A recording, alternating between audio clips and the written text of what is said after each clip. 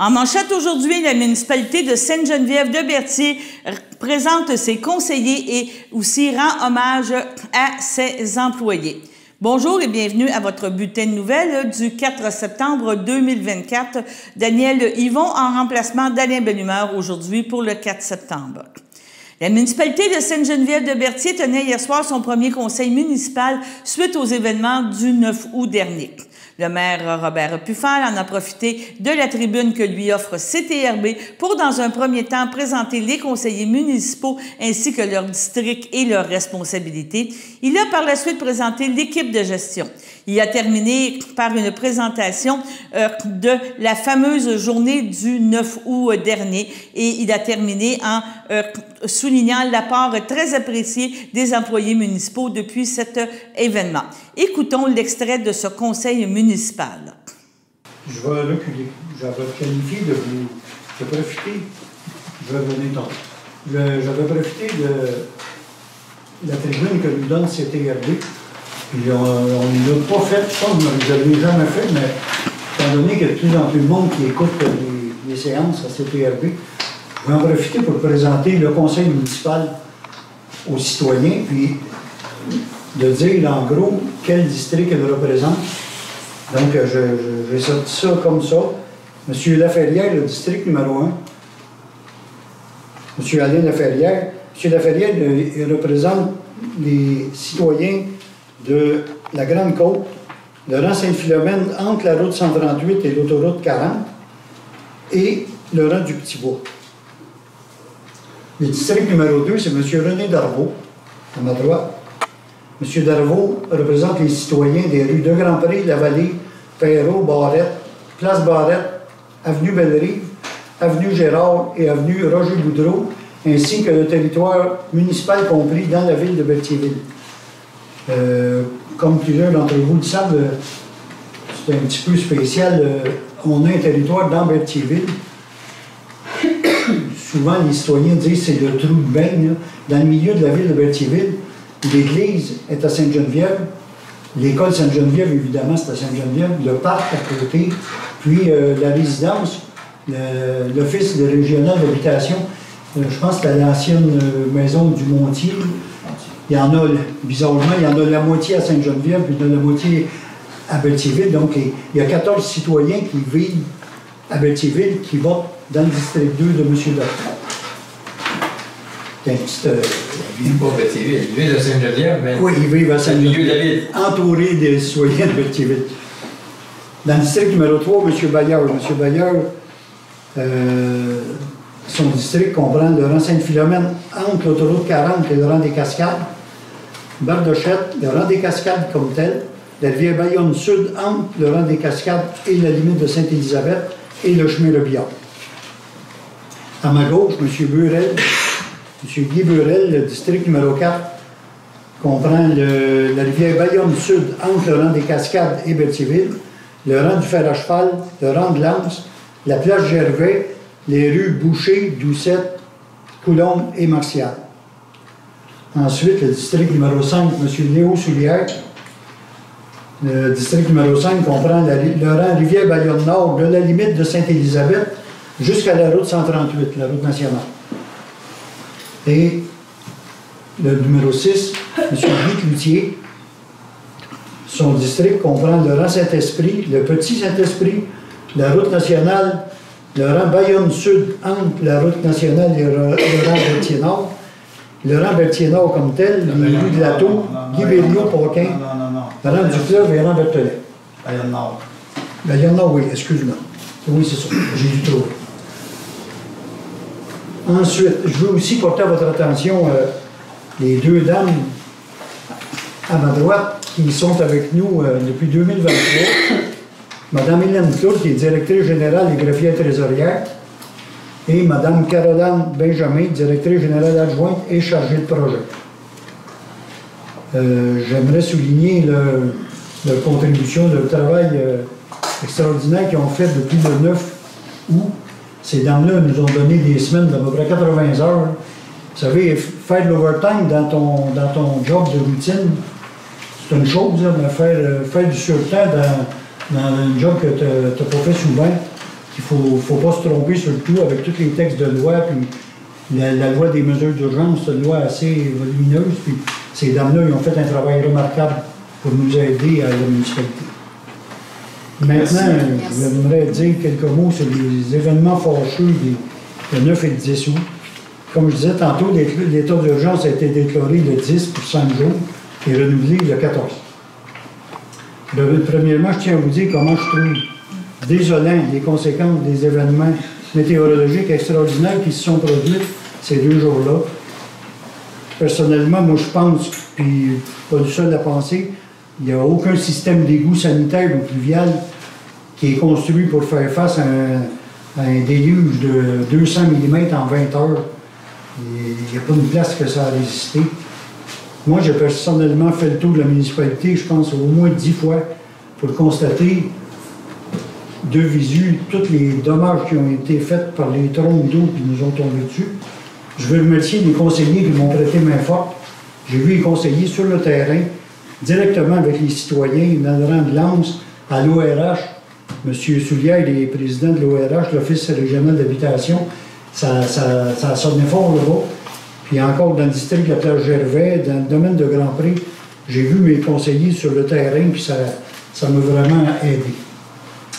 On a eu aussi une période, peut-être qu'il n'y a pas grand monde qui le savent, mais on a eu une période de déversement d'hydrocarbures qui a causé des évacuations, puis avec laquelle je tiens à souligner la grande collaboration du responsable des travaux publics de Berthierville, M. Daniel Richaud, et Mme Dubois de la ville de Berthierville.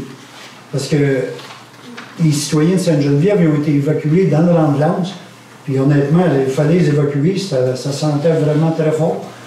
Puis là, je tombais bien inquiet parce que c'était sur notre territoire, puis ça avait été inondé. Pour vous donner une idée, là, vous êtes tous dans le stationnement, mais le soir des inondations, il y avait de l'eau jusqu'à 158.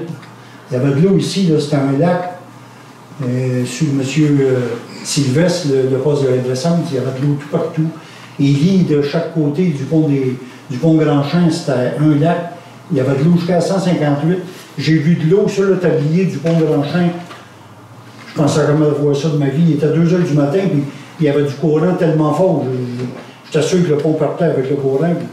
Puis en 5-6 heures, ça a droppé en bas du pont. Mais en tout cas, ben pour revenir aux hydrocarbures, j'étais vraiment inquiet parce que l'eau, ça avait inondé toutes les terres ici autour. Puis là, le lendemain, ça sent le gaz à plein ligne. Mais là, en regardant toutes les méthodes l'un par un, on a remonté jusqu'à Berthierville, derrière le Flying J qu'il y avait là avant. Puis M. Richaud, oui, de Berthierville, quand on a vu la cause, là, la ville de Berthierville a pris le problème en main, puis ils ont appelé Sobeys, puis on a eu une grande collaboration de la ville de Berthierville, c'est pour ça que j'en parle. Puis tout s'est réglé en 2 jours, là. Ils ont tout siphonné, ils ont lavé les réservoirs, ils ont entendu qu'il pleuve, ils sont revenus le lendemain, ils ont tout relavé, puis ils ont tout siphonné. Être sûr qu'il n'y avait pas d'hydrocarbures nulle part. Le problème a été réglé de la bonne façon. Je tiens aussi à dire merci, surtout à nos employés, aux travaux publics qui se sont donnés corps et âme pour aider tout le monde. Ces gars-là, ils ont bloqué des chemins ou des ponts devenus dangereux. Ils ont procédé à des évacuations pas faciles. Il y avait des gens dans des situations dangereuses qui ont dormi pas chez eux. Nos employés se sont donnés là-dedans. Ils ont peut-être contribué à sauver des vies. Ces gars-là, ils ont donné des journées incroyables depuis les événements, parce que ça s'est pas réglé en 2 jours. Là. Ils sont encore là-dessus. Là.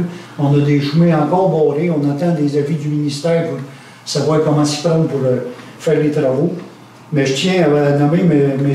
Jean-François Roch, qui est le directeur des travaux publics, Jean Latour, Mathieu Beauparlin, puis Louis-Jean Sarrazin. Louis-Jean Sarrazin, il est avec nous depuis à peu près 1 mois, 5 semaines peut-être. Puis quand on a procédé à son embauche, on ne devait surtout pas aviser qu'il pouvait arriver des situations comme ça. Mais M. Sarrazin nous a beaucoup aidés.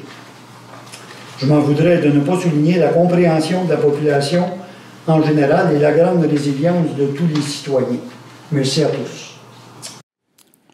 Donc, ce fut un très beau témoignage de la part de M. Robert Puffin, le maire de Sainte-Geneviève de Berthier.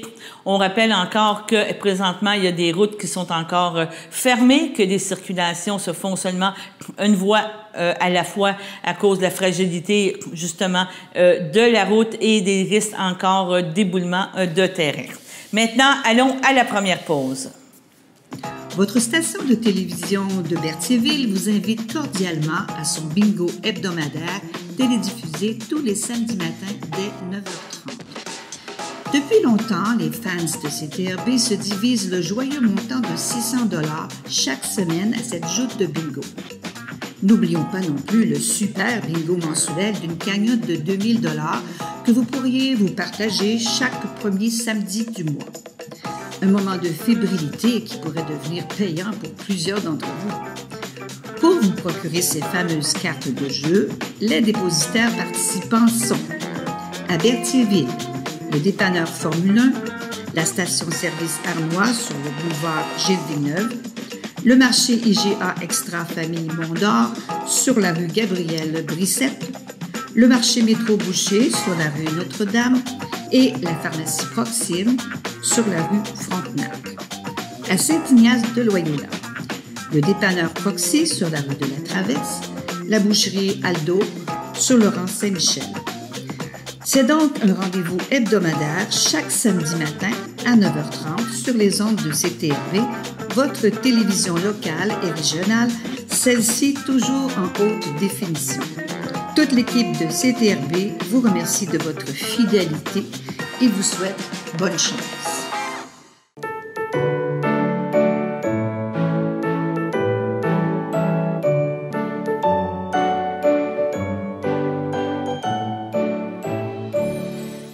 Pour aujourd'hui, le 4 septembre, il n'y a aucun anniversaire annoncé. On vous rappelle que si c'est votre anniversaire, on vous souhaite une très belle journée. Profitez de cette journée ensoleillée pour fêter avec votre famille et vos amis. Maintenant, on s'en va du côté de Lanoraie. Et hier soir, lors du conseil de la municipalité, de Lanoraie, le maire André Villeneuve a reçu une requête pour assurer la sécurité des jeunes qui veulent accéder au cœur du village. Écoutons Olivier et sa maman Chantal nous présenter cette demande. Donc, on vous écoute. Parfait, bonjour. Je m'appelle Chantal Lénis et je suis ici avec mon grand qui s'appelle... J'ai 10 ans, je suis à de la Source. Exactement. Il va à l'école de la Source. Nous avons emménagé sur la rue François-Laliberté le 1er juillet 2024. En arrivant sur place, je me suis rendu compte qu'on était très choyés parce qu'il y avait beaucoup d'enfants autour de nous. Mais quand j'ai regardé un peu l'emplacement et exactement, on s'est rendu compte qu'il n'y avait pas de piste, de place d'un passage exclusif balisé pour déplacements actifs, piétons, cyclistes et autres. Alors aujourd'hui, je viens vous présenter une pétition. Mon enfant m'a appuyé là-dedans. On a été faire du porte-à-porte dans la rue François-Laliberté pour recueillir justement des noms. Alors, je présentais justement la pétition comme suit. Étant donné que le secteur des rues François-Laliberté, Pierre-Guégard et Basile-Goulet n'offre aucune alternative sécuritaire pour les résidents voulant se rendre au village dans un mode de déplacement actif, étant donné que le mode de déplacement actif favorise l'activité physique, étant donné qu'actuellement, les seuls itinéraires possibles sont de longer le chemin Joliette non aménagé ou de passer par l'aire du service du dépanneur Arnois poste à essence, étant donné que la municipalité a déjà aménagé un trottoir au coin de la rue des Navigateurs et chemin Joliette qui se rend jusqu'au village, étant donné que la municipalité s'apprête à se doter d'un plan de sécurité routière. Pour toutes ces raisons, nous demandons au conseil municipal de mettre en place un passage permettant aux résidents de ce secteur d'avoir un accès sécuritaire au cœur du village. Moi, durant que j'ai fait le porte-à-porte avec mon fils, on était accueillis avec un grand sourire. Je me suis fait dire félicitations, belle initiative. Enfin, quelqu'un qui pense à faire une pétition. Il n'y a aucune personne qui a refusé de signer la pétition. Je leur ai même demandé d'inscrire le nombre d'enfants qu'il y avait dans chaque famille. Et sur les 60 noms que j'ai recueillis, il y a 50 enfants. Ah, quand même. 50 enfants, puis c'est juste la partie. Moi, dans le fond, je reste au début de la rue François-Laliberté. Fait que je me suis rendue, j'ai fait la première section, toute la gauche, puis l'autre section, j'en ai fait juste la moitié. Fait que j'ai facilement recueilli des noms. Puis, ça a été un vrai charme de faire ça parce que tous les parents sont inquiets pour la sécurité de leur enfant parce qu'il faut qu'ils passent par le dépanneur pour se rendre à l'école le matin, puis c'est pas toujours fait de manière sécuritaire. Alors, je demanderai à mon fils d'aller donner Olivier, ici... Olivier, je vais te demander d'aller donner ta pétition à Madame Beauparlant. Brigitte va prendre ta pétition. Et peut-être un petit brin d'humour. Je sais que c'est peut-être pas le moment, mais c'est un bon secteur pour passer l'Halloween dans votre secteur. Ah oui, bien merci. À 50 enfants, je suis sûr qu'il va y avoir plein de trucs pour recevoir. Absolument. Puis c'est en moyenne de 1 à 4 enfants par famille. Puis c'est pas rare les 4 enfants. Là. Okay. Fait que c'est vraiment un secteur rempli d'enfants. Donc, dans le fond, si je résume, vous êtes un peu complètement coupé du cœur du village. Absolument. Parce qu'il n'y a pas de continuité du trottoir sur le chemin Joliette. Oui. Sinon, mais là, les enfants, ils passent soit sur le chemin Joliette, comme vous l'avez dit en pétition, qui est pas très sécuritaire non plus, parce qu'il n'y a rien d'aménagé. Sinon, puis je sais que, pour avoir parlé avec M. Éric Lafortune, puis certaines personnes, les jeunes passent souvent dans le stationnement où les autos circulent pour faire le plein d'essence ou aller au dépanneur, donc c'est peut-être pas C'est en plein ça. Okay. Puis dans la pétition, il y a justement M. Lafortune qui a signé et les personnes qui travaillent au dépanneur parce qu'eux autres aussi sont inquiets quand ils regardent pour la station d'essence qui surveillent. Des fois, ils voient des choses qui pourraient s'avérer dangereuses pour la sécurité. OK. Merci beaucoup. On en a déjà parlé au conseil. J'ai déjà apporté le point d'ailleurs qu'éventuellement, ça prendrait peut-être un accès pour sécuriser votre espace. Fait que c'est déjà quelque chose auquel on a pensé, on a déjà discuté. Ça va évidemment être à rediscuter. Et Super. là où il y a certains enjeux, c'est qu'il n'y a aucune propriété actuellement qui appartient à la municipalité dans ce secteur-là. C'est le chemin Joliette, c'est la MTQ, et tout le reste, c'est privé aussi. Mais connaissant M. Lafortune ou le propriétaire du terrain, et avec le MTQ, on trouvera bien une façon d'arriver à mettre quelque chose en place pour vous désenclaver, si je peux dire ainsi. Absolument. Parce que vous n'avez pas accès aux noyaux villageois de façon sécuritaire. Maintenant, parce qu'on s'est vu à travers piétonne tantôt à la sortie des élèves de l'école, on en parlait justement, qu'est-ce qu'à court terme on pourrait faire pour amener une certaine sensibilisation. On avait regardé avec M. Foucault, M. le directeur général, on avait regardé la possibilité peut-être d'installer des panneaux, pancartes. On ne sait pas à quoi ça pourrait ressembler pour le moment, mais ça pourrait être un moyen de sensibiliser les automobilistes, tout comme les jeunes, à être prudents. Parce que, bon, les véhicules, des fois, avancent, reculent, ça bouge beaucoup. On me parle de 1000 personnes par jour durant l'été qui vont là. Oui. C'est beaucoup, ça. Ça veut dire qu'il y a beaucoup d'autos, motos et compagnie, là. Ben, écoutez, on va le regarder, comme le disait si bien Mme Castonguay, on va le regarder attentivement. On a le budget qui s'en vient. On va prévoir des sommes, puis on va parler avec le MTQ, on va parler avec les différentes personnes qui sont propriétaires des lieux, mais on va surtout regarder de quelle façon on pourrait arriver à mettre quelque chose en place. C'est bon? Un gros merci à vous. Merci de votre implication. Belle implication, Olivier. Hein, bravo. Merci. Bravo. Merci à vous. Merci. Donc, c'était la première intervention lors de ce conseil municipal. Par la suite, en vrac, M. Villeneuve a parlé de politique, de comité de travail, groupe de travail pour la politique culturelle et politique de l'arbre. On parle aussi de consultation publique concernant le plan stratégique qui était à être défini, invitation à utiliser l'automate d'appel et une dernière collecte de déchets. Donc, en vrac, écoutons M. André Villeneuve. Avant d'aller à 6.1, je voulais juste peut-être faire quelques petits messages d'intérêt public. Si vous allez sur le site Internet de la municipalité, vous allez trouver groupe de travail politique culturelle, politique de l'arbre. Donc, il va aller sur le site, on va vous expliquer, vous allez lire les explications et ça va finalement vous guider pour la suite des choses. On a adopté une politique de l'arbre, on a adopté une politique culturelle et là, on veut créer des groupes de travail. Donc, les gens qui seraient intéressés à faire partie d'un de ces deux groupes-là, ben, allez voir les instructions sur le site Internet. Vous allez pouvoir remplir un petit formulaire en ligne. Et puis, à ce moment-là, peut-être serez-vous l'heureux élu pour faire partie de ces deux groupes de travail-là. On accepte 7 membres par groupe de travail. Donc, il y en a 2 à pourvoir, 2 groupes qui vont se créer incessamment. Qu'est-ce qu'il y a par ça? Juste vous rappeler que, vous savez qu'on est en pleine démarche de plan stratégique dans la municipalité. Un plan stratégique, dans le fond, c'est de se donner une vision pour les 5 prochaines années.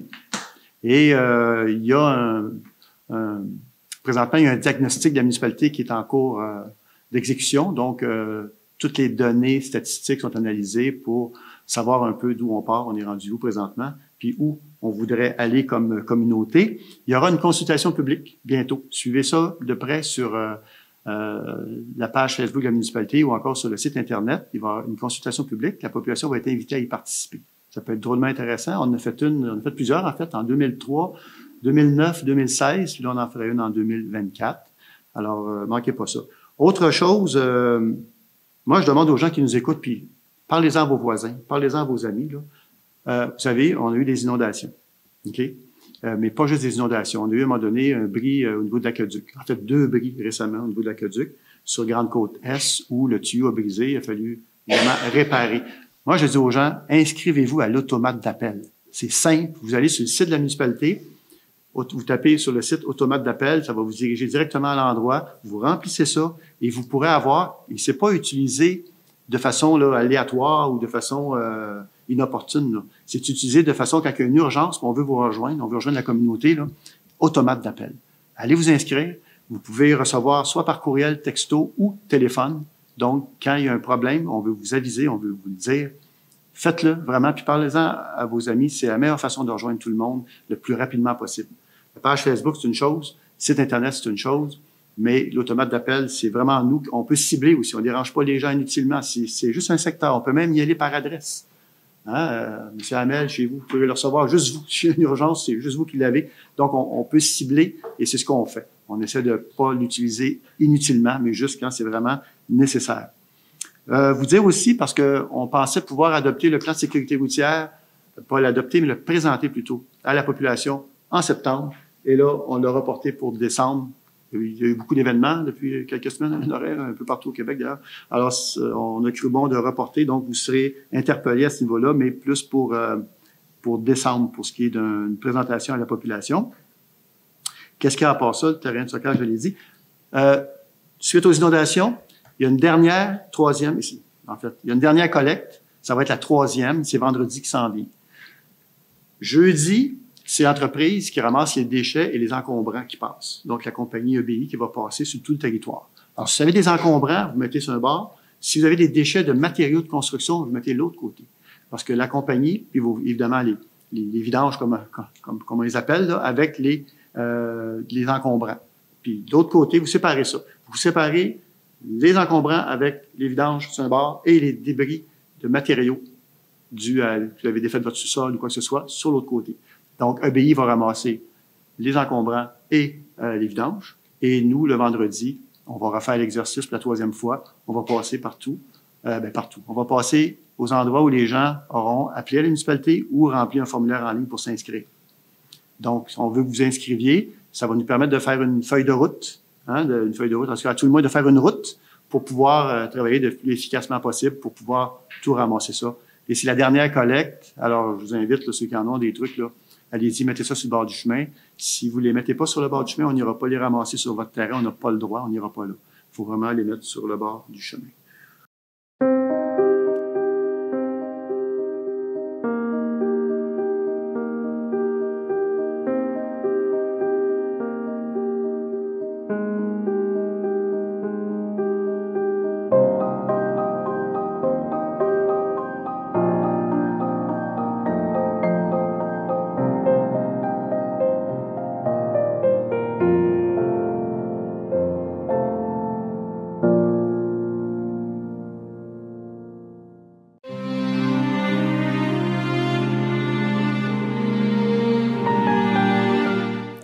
Au CHDL de Saint-Charles-Borromée, le 29 août, à l'âge de 70 ans, est décédé M. Hérold Laforêt, conjoint de Christiane Guévremont, demeurant à Berthierville et natif de Saint-Ignace de Loyola.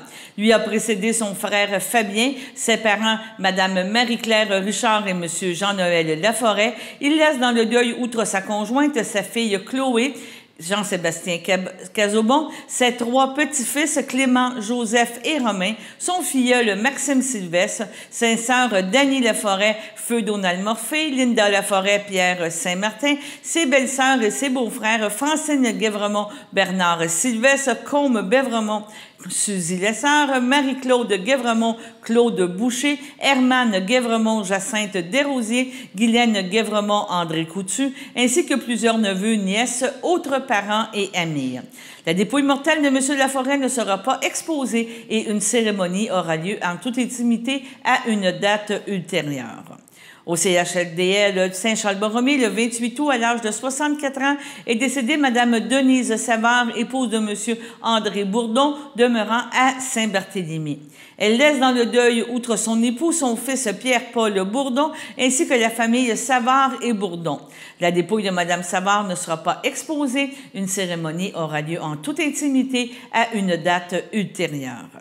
À son domicile, le 28 août, à l'âge de 81 ans, est décédé M. Jean-Robert Sylvestre, fils de feu Jean-Marie Sylvestre et de Gertrude Sylvestre, demeurant à Lanoret et natif de Saint-Cuthbert. Il laisse dans le deuil sa conjointe, Lyne Demers, ses frères et belles-sœurs, Louis Sylvestre, Isabelle Forget, Denise Champagne, feu René Sylvestre, Gisèle Olivier, feu Michel Sylvestre, Yvon Laforêt, Cécile Bastien, son filleul Denis Sylvestre, ses nièces Nicole Chantal, Anne-Renée et Marie-Pierre Sylvestre, ainsi que plusieurs autres parents et amis.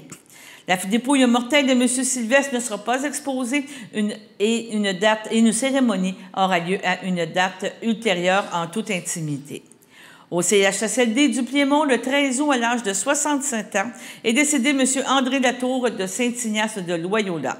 Il laisse dans le deuil ses filles Rachel et Andréane, Dave Brissette, ses petits-enfants Brian et Mégane Brissette, ses sœurs feu Lucette Latour, Diane Latour, Armand Bergeron, Lisette Latour, feu Alain Giroux, Jacques Fafard, Daniel Latour, Robert Forêt, ses nièces Catherine Forêt, Geneviève Giroux, Anne-Marie Giroux, ainsi que leurs conjoints et enfants, ainsi que d'autres parents et amis, dont son grand ami Claude Guèvremont.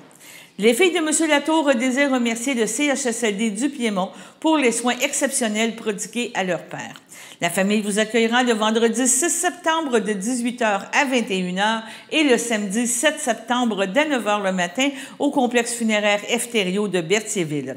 Les funérailles auront lieu le samedi 7 septembre à 11h en l'église de Berthierville. M. Latour sera inhumé au cimetière de Saint-Ignace de Loyola. À la Villa Berthier, le 18 juillet, à l'âge de 93 ans et 11 mois, est décédé M. Orion Attin, époux de feu Yvette Aubin, fils de feu Arthur Lapin Artin et Rose Alma Piché, demeurant à Berthierville et natif de Mont-Laurier. L'ayant précédé, Regina, Mariana, Lionel, Antonio, Béatrice, Laurence, Cyprien et Jean-Guy. Il laisse dans le deuil son fils, Serge Attin, Carole Blaquière, ses petits-enfants, Julie Attin, Jonathan Cloutier, Audrey Attin, Yannick Durand, Annie Attin, Yannick Durand, et Audrey Attin et Éric Arbour, ses 5 arrière-petits-enfants, Benjamin, Mathieu, Thomas, Élisabeth et Laurent, ses sœurs Arzélina Attin, feu Omer Boivin, Janine Attin, feu Gérald Legault, ainsi que plusieurs neveux, nièces, autres parents et amis. La dépouille la famille, vous accueillera le samedi 7 septembre dès 13h au complexe funéraire Efterio. Suivra un hommage directement au salon à compter de 15h. Sur ce, allons à la météo.